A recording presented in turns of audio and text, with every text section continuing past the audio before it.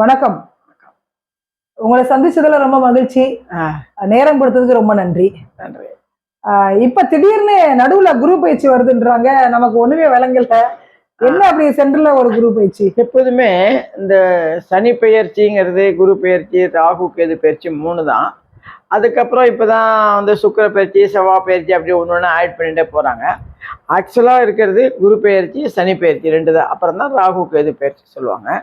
இந்த குரு பெயர்ச்சிங்கிறது வந்து 2 வருஷத்துக்கு ஒரு ட்ரிப்பு நடக்கும். சனி பெயர்ச்சிங்கிறது 2.5 வருஷத்துக்கு ஒரு ட்ரிப்பு நடக்கும். இந்த குரு பெயர்ச்சி வரும்போது அபராத குரு பெயர்ச்சின்னு சொல்லுவாங்க. அதை சென்டர்ல 3 மாசத்துக்கு மற்ற கிரகங்களுக்கு இந்த கிரகங்கள்லேருந்து போய் வேற வீட்டை பார்ப்பாங்க. குரு வந்து என்னைக்குமே வந்து அவருடைய வீட்டில் இருக்கிறத விட வேற வீட்டிலேருந்து நம்மளை பார்க்கணும். குரு பார்வை கோடி நன்மைன்னு சொல்லியிருக்காங்க. குரு உங்கள் வீட்டிலே இருக்கிறத விட குரு வேற வீட்டுக்கு போயிட்டு உங்கள் வீட்டிலேருந்து பார்த்தா ரொம்ப சுபிஷமாக இருக்கும். அதுவும் இப்போ வந்து இந்த மீனராசிக்காரங்களுக்கு ஒரு 2.5-3 வருஷமா அவ படாத பாடு, எதுக்குடா இந்த வாழ்க்கையே தேவைதானா நமக்கு, நம்ம வாழ்ந்து என்ன சாதிக்க போகிறோம் இனிமே அப்படிங்கிற ஒரு ஸ்டேஜுக்கு போய் இருந்துட்டு இருந்தாங்க.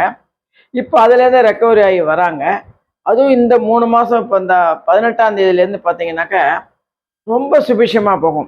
ஆனால் அவங்கள்ட்ட என்ன ஒரு மீனராசிக்காரங்கிட்ட ஒரு பெரிய ஒரு சந்தோஷமான செய்தினா, பதி இழந்தனம் பாலனை இழந்தனம் படுத்த நிதி இழந்தனம் இனி எனக்குள்ள என கதி இழைக்கலும் கட்டுரை இழைக்கலும்னு நலச்சக்கரவர்த்தி சொல்லியிருக்காரு.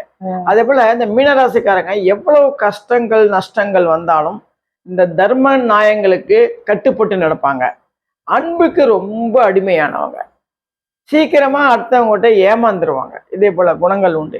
இப்படி இருந்தும் அவங்களுடைய வீடு வந்து குருவோடைய வீடு இருக்கிறதுனால அவரை வந்து குரு எப்படியோ காப்பாத்திட்டு வந்துடுவாரு.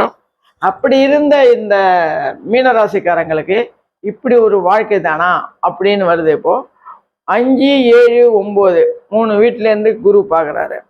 5 வந்து பூர்வ புண்ணியஸ்தானம். பூர்வ புண்ணியஸ்தானங்கிறதுனால குழந்தைகளால ரொம்ப பெருமைப்படுவாங்க. மனைவி மக்களால் ரொம்ப பெருமைப்படுவாங்க. 7வது வீடு 9வது வியாபாரம், ஹெல்த்து இதெல்லாம் வந்திருக்கு. அதுவும் ரொம்ப சுபிஷமாக நன்னா இருக்கு. இப்போ இவங்க பார்க்க வேண்டியது எங்கன்னா, இப்போ எல்லாமே கரெக்டாக இருந்துச்சு. அவங்க வந்து என்னென்னத்தெல்லாம் இழந்தாங்களோ, ராமர் பட்டாபிஷேகம் மாதிரி எதெல்லாம் இழந்தாங்களோ எல்லாத்தையும் மீண்டும் வந்துடும். அவங்களுக்கு பதவி போயிருந்தா கூட பதவி திருப்பி வந்துடும். படிக்காதவங்களாம் படிக்க ஆரம்பிச்சிடும். கல்யாணம் ஆகாதவங்களுக்கு கல்யாணம் ஆகும். கல்யாணம் ஆன இளம் தம்பதிகளுக்கு குழந்தை பிறக்கும். ஆற்றுல யாராவது வயசானவா இருக்கா, அவளுக்கு பேரம்பேத்திகள் ஆசைப்பட்டாலும் இப்போ பேரம்பேத்திகள் கிடைக்கும். உத்தியோக பிராப்தி தும்பா உத்தியோகம் கிடைக்கும். வீடு வாங்குவாங்க, எல்லாம் பண்ணுவாங்க. அவன் எப்போதுமே மீனத்துக்கு வந்து எல்லாத்துக்கும் சுக்கிரன் நல்லது பண்ணுவாரு. மீனத்துக்கு மட்டும் சுக்கிரன் நல்லாவே பண்ண மாட்டாரு. இப்போ இவளுக்கு என்னன்னா 12ல ராகுவும் எல்லாமே கரெக்டா இருக்கு. ஓஹோ நீங்க ஆடிடக்கூடாது. உங்களுக்கு கரெக்டா ஒரு புள்ளி வைக்கிறதுக்கு இந்த ஸ்பீடு பிரேக்கர் போட்டிருப்பாங்க. ரோட்ல பார்த்துருப்பீங்க, ஸ்பீடா போகக்கூடாது. அப்புறம் போலீஸ்காரர் வந்து ஒரு பேரிகார்டு போட்டிருப்பாரு, பைபாஸ் எல்லாம் ஸ்பீடா போகக்கூடாதுன்னு. அது போல நல்ல டைம் வந்துருத்தோ அப்படின்னு சொல்லிட்டு நீங்க ஆடிடக்கூடாது பாடிடக்கூடாது அப்படிங்கிறதுனால 12லேருந்து ராகுவும் சனியும் உங்களை பார்க்குறாரு. அதே போல 6ல் வந்து கேது இருக்காரு. ராகுவை போல கொடுக்குறவங்க கிடையாது, கேதுவை போல கெடுக்கிறவங்க கிடையாது. இப்போ சுக்கிரன் இப்போ மீனராசிக்காரங்க எங்கெங்கெல்லாம் உஷாரா இருக்கணும் அப்படி சொல்லிட்டேன் இல்லையா. எல்லாம் சுபிஷமா சொல்றேன்னு சந்தோஷமா இருக்காதீங்க. கடைசியில வந்து மோரிஞ்சாத நன்னா சாப்பிடும் போது உரப்பா ஒரு ஊறுகாய் வச்சிருப்பாங்க. அதே போல இப்ப எல்லாம் பண்ணும்போது லாஸ்டா ஒரு இது இருக்கு. அது என்னன்னாக்க, உங்களுக்கு அந்த சனியும் ராகுவும் உங்களை கொஞ்சம் படுத்துவான். சுக்கிரன் என்ன பண்ணுவான், ஆடம்பர பொருளும் அழகான பெண்களையும் உங்க கூட பழக வச்சுட்டு அதனால ஒரு பிரச்சனை உண்டாகும். ஆடம்பர பொருள் உங்க தகுதிக்கு மீறி ஒரு ஆடி கார் வாங்கலாம், இல்ல ஒரு ட்ரிபிள் பெட்ரூமோட ஒரு 1 கோடி ரூபாய்க்கு வீடு வாங்கலாம். இதே போல ஒரு ஆசைகளை தூண்டி அந்த ஆசைகள்ல போய் நீங்க மாட்டிடுவீங்க. அதனால அந்த விஷயத்துல காலேஜ் படிக்கும் போது இந்த லவ்ஸ் ஏதாவது இருந்தாலும், வேலை பார்க்கும் போது லவ்ஸ் இருந்தாலும், அந்த பெண்கள் திரும்பி ஆணா இருக்கட்டும் பெண்ணா இருக்கட்டும், ஆணுக்கு பெண்ணோ பெண்ணுக்கு ஆணோ ஃபோன் பண்ணாங்கன்னா அப்ப நீங்க கொஞ்சம் உஷாரா இருக்கணும். அதுல நீங்க கொஞ்சம் ஆஹோ அப்படின்னு கொஞ்சம் அல்பப்பட்டீங்கன்னா அவுட் நீங்க அதோட சம்பாத்தியத்தை எல்லாம் போயிடும். அதுல கரெக்டா இருக்கணும். கேது வந்து 6ல இருந்து பாக்குறான். பூர்வ புண்ணிய சார்ந்த பக்கத்துல இருந்து கேது பாக்குறான். கேது வந்து சாதாரண ஒரு மனுஷன் கிடையாது. அவரும் ஒரு கெடுதல் பண்ணக்கூடிய ஒரு மனுஷன்தான். அதனால இவ்வளவு எல்லாம் வருது, நம்மளுக்கு எல்லாமே கொடுத்துட்டான் கடவுளே, நம்மளுக்கு ஒரு கவலையும் கிடையாது, நம்ம தான் ராஜா அப்படின்னு நினைச்சுட்டு ஏதாவது ரொம்ப ஆடினேன்னா, அதிகார துஷ்பிரயோகம் பண்ணினேன்னு சொன்னேன்னா கட்டாயமா உங்களுக்கு ப்ராப்ளம் வரும். ஆனா 5, 7, 9 சூப்பரா இருக்கு, நன்னா தான் இருக்குது. நீங்க பட்ட சொன்ன கஷ்டங்கள் எல்லாமே உங்களுக்கு வந்து கதிரவனை கண்ட பனி போல எல்லாமே ஒதுங்கிடுது. அவ்வளவு அருமையா இருக்கு உங்களுக்கு. இவ்வளவு அருமையா இருக்குன்னு சொன்னாலும் நீங்க ஆடிடக்கூடாதுன்னு சொல்லிட்டு திருப்பி கொண்டு வைப்பாங்க. மொத்தமே இது வந்து உங்களுக்கு ஒரு 56, 57 நாள் தான் இருக்கும். இந்த 56, 57 நாளுக்குள்ள நீங்க என்னென்ன சாதிக்கணுமோ எல்லாத்தையுமே சாதிச்சுக்கலாம். கோர்ட்டுல இருந்து, கேஸ்ல இருந்து, படிப்புல இருந்து, கடன் கொடுத்தவன்ல இருந்து, கடன் வாங்கினவன்ல இருந்து, என்னென்ன ப்ராப்ளம் இருக்கோ எல்லாமே உங்களுக்கு சாதகமா தான் முடியும். ஏன்னா அவ்வளவு சூப்பரா உங்களுக்கு வந்து அமைஞ்சிருக்கு மீனத்துக்கு. ரொம்ப நாளைக்கு அப்புறம் இப்பதான் அமைஞ்சிருக்குது. இது அமைஞ்சிருக்கிறத நீங்க கரெக்டா பயன்படுத்திக்கணும். ஆனா உடல் உபாதைகள் இருந்துட்டே தான் இருக்கும் உங்களுக்கு. இப்போ வந்து உடல் உபாதைகள் இருக்கும், கவனமா இருக்கணும். வாகனத்தினால செலவு வரும். வண்டினால அடிக்கடியே சொல்லிருக்கோம் உங்களுக்கு, மீனத்துக்கு வந்து ஒரு விரய செலவு வரும்னு சொல்லிட்டு. இப்போ வந்து வாகனத்தால செலவு வரும். ஆடம்பர பொருட்கள், இதுல வந்து ஆடம்பரமா இருக்க அழகான ஒரு பெண்ணை பார்த்தாலோ இல்ல அழகான ஒரு வீடு பார்த்தாலோ நம்ம தகுதிக்கு மீறி ஏதாவது ஒன்று பண்ணணும் அப்படின்னு நினைச்சோம்னா அது பிரச்சனையில தான் போய் முடியும். நீங்க என்ன பண்ணுவோம், கேதுவுடைய பார்வை உங்களுக்கு இருக்கிறதுனால பக்கத்துல உள்ள பிள்ளையார் கோயிலுக்கு போயிட்டு ஒரு விளக்க போட்டுட்டு வந்து ஒரு அருகம்பில்லை வாங்கி கொடுத்துட்டு ஒரு 10 தோப்பு வர்றமோ 12 தோப்பு வர்றமோ போட்டுட்டு வந்து எல்லாக்க கேதுவுடைய ஆதிக்கம் கம்மியாகி உங்களுக்கு சுபிஷமாயிடும். இப்போ வந்து பார்த்தீங்கன்னா இப்போ இந்த இந்த இதுல எந்தெந்த ராசி நன்னா இருக்குன்னு பார்த்தீங்கன்னாக்கா கடகம், சிம்மம், மீனம், மகரம் எல்லாத்துக்குமே ரொம்ப அருமையா இருக்குது. மிதனத்துக்கு ரொம்ப ரொம்ப ரொம்ப சூப்பரா இருக்கு. மிதனம் வந்து என்னென்னலாம் எதிர்பார்த்தாலோ எப்படியெல்லாம் வாழ்க்கையில இருக்கணும் அப்படின்னு நினைச்சாங்களோ அது எல்லாமே இப்ப நடக்கும். கடகத்துக்கு வந்து நேரம் சரியில்லை. ஆனா அந்த 3 மாசம் தான் கடகத்துக்கு மொத்தத்திலேயே வந்து அந்த 3 மாசத்துக்குள்ள அவங்க என்ன பண்ணிக்கணுமோ அதை கரெக்டா பண்ணிக்கணும். கடகத்துக்கு அவ்வளோ இருக்கு. கடகராசிக்காரங்க அந்த கும்பகோணத்துக்கு முகத்துல கற்கடேஸ்வரர் கோயிலுக்கு போயிட்டு வாங்க. மீனராசிக்காரா பிள்ளையார்பட்டி போயிட்டு வாங்க. இல்லாட்டா முக்கியமான பிரதான பிள்ளையார், இந்த முன்னாடியே சொல்லிருக்கேன் உங்களுக்கு, பிள்ளையார்பட்டி, கும்பகோணத்தை அடுத்துள்ள திருப்புறம்பயம் பிரளயங்காத்த விநாயகர், சுவாமி மலைக்கு உள்ள திருவலஞ்சுரி, வைத்தீஸ்வரங்கோவிலை அடுத்த தருமதானபுரம் கற்பக விநாயகர், இதே போல கோயிலுக்கெல்லாம் போயிட்டு வந்தேன்னாக்க உங்களுக்கு கேதுவுடைய ஆதிக்கம் கம்மியாகி சனி பகவானுடைய பார்வை கம்மியாகி நீச்சத்துல போயிட்டு வந்து, ஏன்னா ராகு 12ல இருக்கான், சனியும் 12ல இருக்கான். அள்ளி கொடுக்குறாரு உங்களுக்கு குரு, அதை கொஞ்சம் கிள்ளி எடுக்கிறாரு கேது, ராகு, சனி பகவான். சுக்கிரன் வந்து கட்டாயமா இந்த நான் சொல்ற ஏதாவது பிரச்சனைலாம் உங்களை மாட்டி விடுவார். இதுல இருந்து நீங்க எஸ்கேப் ஆகிறது உங்களுடைய திறமையை பொறுத்து இருக்குது, உங்களுடைய மனக்கட்டுப்பாடுகள் இருக்குது. ஆய்ந்தாய்ந்து கொல்லாதான் வாழ்க்கை கடமுறை சாம்தாம் துயரம் தரும் அப்படின்னு சொல்லிருக்காங்க. அதனால வள்ளுவ திருப்பெருமான் சொல்லிருக்க மாதிரி நீங்க ஒரு புதுசா யாராவது ஃப்ரெண்ட்ஷிப் வந்தாங்கன்னா சரி நல்ல ஃப்ரெண்ட்ஷிப் அள்ளி கொடுக்குறேன்னு சொல்றான், அவனோட சேர்ந்து எல்லாம் வியாபாரத்தை பண்ணலாம், இல்லை அந்த பொண்ணோட சேர்ந்து நம்ம லிவிங் டுகெதர் வாழலாம் அப்படின்னு சொல்லிட்டு போனேல்லாம் it will be a problem for you. எங்கன்னு சொல்றேன், ஆடம்பர பொருளாலையும் பெண்களாலையும் உங்களுக்கு ஆபத்து வர்றதுக்கு நிறைய வாய்ப்புகள் இருக்குது. இதை கொஞ்சம் கேர்ஃபுல்லா நீங்க ஹேண்டில் பண்ணிக்கணும். என்னதான் கேர்ஃபுல்லா பண்ணாலும் கர்மான்னு ஒண்ணு இருக்கு, அது வந்து உங்களை மாட்டதான் செய்யும். அந்த கர்மாவிலேருந்து மீண்டு வரணும்னு சொன்னாலும் நீங்க பிள்ளையாரை கரெக்டா பார்த்துட்டு, குலதெய்வத்தை கரெக்டா பார்த்துட்டு, உங்களுடைய கர்மாக்களை கரெக்டா பண்ணினாலே உங்களுக்கு சரியாயிடும். அதனால வந்து இந்த நான் சொன்ன இந்த ராசிக்காரா எல்லாருமே ரொம்ப சுபிஷமா இருக்கு. இந்த 5, 6 ராசிக்காராளுக்கு எல்லாமே இந்த மகர ராசிக்காரரும் கும்பராசிக்காரங்களும் மீனராசி 3 ராசிக்காரனும் நம்ம வாழ்ந்து என்ன பண்ண போறோம்னு நினைச்சிட்டு இருந்தாங்க. இனிமே அவங்களுக்கு இதுதான் வாழ்க்கை அப்படிங்கிறத புரிஞ்சுட்டாங்க. மீனராசிக்காரங்களை எப்போதுமே வந்து ஈவன் பர்த்து ஈவன் டெத்து கொஞ்சம் ப்ராப்ளம் தான். அவளுக்கு வந்து என்னதான் வந்தாலும் என்ன பண்ணாலும் மீன் இப்படி ஓடின்னு இருக்கிற மாதிரி அவளுக்கு வாழ்க்கையில ஒரு பிரச்சனையோட தான் வாழ்ந்துட்டு இருப்பாங்க. அவளுக்கு நிம்மதியான ஒரு வாழ்க்கைன்னு சொல்ல முடியாது. இப்போ கொஞ்சம் நிம்மதியான வாழ்க்கை வந்திருக்கு. இதை நீங்க கரெக்டா பயன்படுத்தி கொள்ளணும். அதிகார துஷ்பிரயோகம் பண்ணாதீங்க, யாரையும் நம்பாதீங்க. ஆடம்பர பொருள் மேல ஆசை இல்லாம சந்தோஷமா இருக்க நல்லா இருக்கும். இன்னொன்று, என்னுடைய தாழ்வான வேண்டுகோள், யூடியூப் சேனல்ல வர ஜோசியக்கார எல்லாருக்கும் அன்பான வேண்டுகோள் சொல்றேன். உங்க வாயால இந்த பிரபஞ்சத்துல நன்னாதான் இருக்கணும்னு வரணுமே ஒழிஞ்சி, இதோ 18ஆம் தேதி யமன் வருவான், 13ஆம் தேதி உங்க வீட்டுல ஒரு மரணம் நடக்கும், அதெல்லாம் சொல்லவே கூடாது. ஏன்னா நம்ம மேல நம்பிக்கை வச்சுதான் அவ என்ன பண்றா, யூடியூப் சேனலை ஓபன் பண்ணி இவரு நல்லா சொல்லுவார் அவரு நல்லா சொல்லுவார் சொல்லி பாக்குறாரு. அப்படி பார்க்கும்போது நம்ம கையில எதுவுமே கிடையாது சாமி. நம்ம என்ன யமனா, நான் உங்களுக்கு 18ஆம் தேதி வந்துருவான், அவங்க வீட்டுல யமன் வரப்போகுது, ஆபத்து நடக்க போது சொல்ல, அதே போல வார்த்தைகளை தயவு பண்ணி சொல்லாதீங்க. என்ன நம்ம சொல்றோமோ அதுதான் நம்மளுக்கு நடக்கும். நம்ம வாயால என்ன வார்த்தைகள் அடிக்கடி வருதோ அதே வார்த்தை தான் நம்மளுக்கே நடக்கும். அது அதனால தயவு பண்ணி இந்த யூடியூப் சேனல்ல ஜோசியக்காரா நான் சொல்றதா என்னை மன்னிச்சிருங்க, நான் தப்பா பேசினாக்க அதே போல சொல்லாதீங்க. நிறைய பேர் என்கிட்ட கேட்டிருக்கா, சார் இதே போல சொல்லிருக்காங்க, ஆனால் 18ஆம் தேதி ஃபுல்லாக எனக்கு அந்த பயத்திலேயே நான் டாக்டர்கிட்ட போய் படுத்துன்னு விட்டேன் சார், எனக்கு பயம் வந்துருத்தோ, எனக்கு வந்து ஃபாரின் போக வேண்டிய ஒரு ஆப்பர்ச்சுனிட்டி வந்தது, நான் அது போகலை, இவர் சொன்னதுனால ஃப்ளைட்டில் ஆக்சிடென்ட் ஆகிடுப்போன்னு சொல்லிட்டு அதெல்லாம் சொல்லாதீங்க.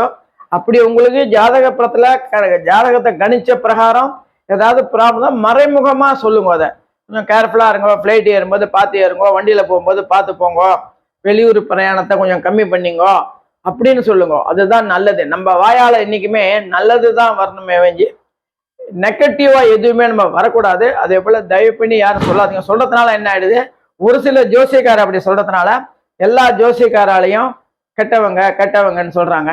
ஸோ தட் நெகட்டிவா பேசுறதை கம்மி பண்ணிட்டு பாசிட்டிவா பேசுங்க, எல்லாமே நல்லா இருக்கும். நம்ம ஹரிகேசன் வெங்கட்ராமையர் எடுத்துங்க, அவர் எப்போதுமே நெகட்டிவாவே பேச மாட்டார், எல்லாம் சரியாயிடும். அஷ்டமேனிகளை நீங்க வீடு கட்டுங்க, சூப்பரா இருப்பேன். ராகு காலத்துல கல்யாணம் பண்ணுங்க, சூப்பரா இருக்கும் பாருன்னா. நம்மளுடைய கர்மா தான் சார் நம்ம லைஃபை நிர்ணயிக்கிறது, இவராலே அவராலே கிடையாது. புரிஞ்சு இல்லையா? நன்மையும் தீமையும் பிறதர வாரா. நம்ம இன்னைக்கு சுபிஷமா இருக்கனாலும் அதுவும் நம்மளுடைய கர்மா, இன்னைக்கு நம்ம கஷ்டப்படுறனாலும் அதுவும் நம்ம கர்மா தானே. இதுக்கு இவாளோ அவாளோ காரணம் கிடையாது. தயவு பண்ணி மன்னிச்சுங்கோ. இனிமே அதே போல வார்த்தைகளை யூஸ் பண்ணாதீங்க. எங்க சேனலை நல்லா கேட்டுட்டே இருங்கோ, அடிக்கடி நல்ல நல்ல நியூஸ்கள்லாம் போடுவேன். அடுத்தது வந்து இப்போ துலாம் மாசம்னா ரொம்ப விசேஷம். ஐப்பசி மாசம் ஒரு எல்லா மாசமே விசேஷமான மாசம் தான். அதுலயும் ஐப்பசி மாசம் ரொம்ப விசேஷம். இப்படிதான் சாமி புரட்டாசி மாசத்தை சொன்னீங்க, இப்படிதான் தை மாசத்தை சொன்னீங்க அப்படிம்பீங்க. எல்லாத்துக்கும் விசேஷம் இருக்குது. வெள்ளிக்கிழமைனா விசேஷமான நாள் வீட்டை கூட்டுறாங்க, சனிக்கிழமைனா புரட்டாசி மாசம் கோவிந்தா போடுறாங்க. இதே போல வந்து அதனால ஒரு நாள் விட்டா போடுறோம். எல்லா நாளும் ஒரு நாளும் ஒரு மாத தெய்வங்களுக்கு உகந்தது. அதுல வந்து இந்த ஐப்பசி மாதம் மாயவரத்தில் மயிலாடுதுறைன்னு சொல்லுவாங்க, இப்போ பழைய பேர் மாயவரம்னு பேர். அந்த மாயவரம் காவேரி கரையில் துலா மாசத்துல தட்சிணாயன புண்ணிய காலத்தில் ஏன்னா காவேரி எண்டு தான், அதோட காவேரி அப்புறம் வந்து பூம்புகாரில் ஜாயின் பண்ணி அதோட கடலில் போய் சமுத்திரத்தில் போய் அது இது ஐக்கியம் ஆயிடுறது. அதனால அதை என்ன சொல்லுவாங்க, முடவன் முழுக்கு அப்படின்னு சொல்லுவாங்க. முடவன்னா முடியாதவாள் கூட அந்த காவேரி தாய் வந்து அங்கேருந்து எங்க திருச்சியிலேருந்து கிளம்பி வந்துருக்காவோ, ஒரு ஊர்லேயும் திருவையாறு, கும்பகோணம், மாயவரம், திருச்சி, இதே போல ஒரு ஊர்ல வந்துட்டு இருக்கும்போது ஒரு விசேஷம். எல்லாரும் அங்கங்க புண்ணியத்தை தேடிட்டாலாம். முடியாதவாளா என்ன பண்ணலாம், வயசாயிடுத்து, கர்ப்பிணி பெண்கள், கைகால் முடியாதவா, இவெல்லாம் வந்து காவேரி தாயிட்ட வைனாலாம், என்னக்கா நீங்க வந்துட்டியாமா, கடைசிக்கு வந்துட்டியே, நாங்க கவலைப்படாதீங்க, நீங்க மாயவரத்துக்கு வாங்கோ, நான் உங்களுக்கு மோட்சம் கொடுக்குறேன், அதோட பூம்புகாரில் கலந்துருவேன்னு சொல்லுவா. அதனால அங்க போய் ஸ்நானம் பண்ணாக்க 5 ஜென்மத்துக்கு பாவங்கள் போகும்.